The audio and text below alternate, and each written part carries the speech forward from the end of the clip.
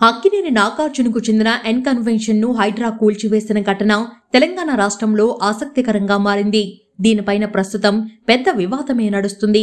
అయితే దీనిపైన స్టే ఉందని నాగార్జున చెబుతుంటే అలాంటిదేమీ లేదని, కోర్టు ఎటువంటి స్టే ఇవ్వలేదని, అందుకే కూల్చేశామని చెబుతున్నారు.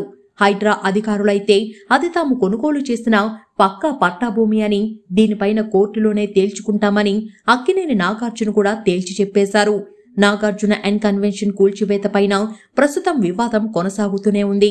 ఇదే సమయంలో గతంలో బాలకృష్ణ చేసిన వ్యాఖ్యలు ప్రస్తుతం నాగార్జున ఎన్ కన్వెన్షన్ కూల్చివేత వేళ పెద్ద ఎత్తున సోషల్ మీడియాలో వైరల్ అవుతున్నాయి.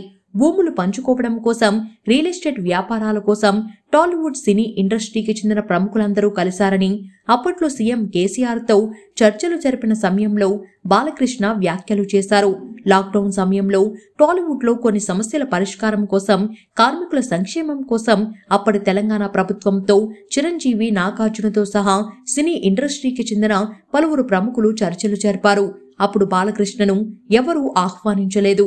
దీనిపై ఆగ్రహం వ్యక్తం చేసిన బాలకృష్ణ తనను మీటింగ్కు ఎవరూ ఆహ్వానించలేదని, వాళ్లు భూములు పంచుకుంటున్నారని సంచలన ఆరోపణలు చేశారు.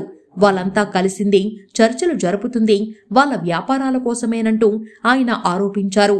ఇక తాజాగా బాలకృష్ణ వ్యాఖ్యలను ఎన్ కన్వెన్షన్ కూల్చివేతతో ముడిపెట్టి కొందరు సోషల్ మీడియాలో పెద్ద ఎత్తున ప్రచారం చేస్తున్నారు. అప్పుడు బాలకృష్ణ చెప్పిందే నిజమైందని వ్యాఖ్యలు చేస్తున్నారు. బాలకృష్ణ, నాగార్జున మధ్య అభిప్రాయ భేదాలు ఉన్న నేపథ్యంలో ప్రస్తుతం ఈ వీడియో సోషల్ మీడియాలో తెగ హల్చల్ చేస్తుంది.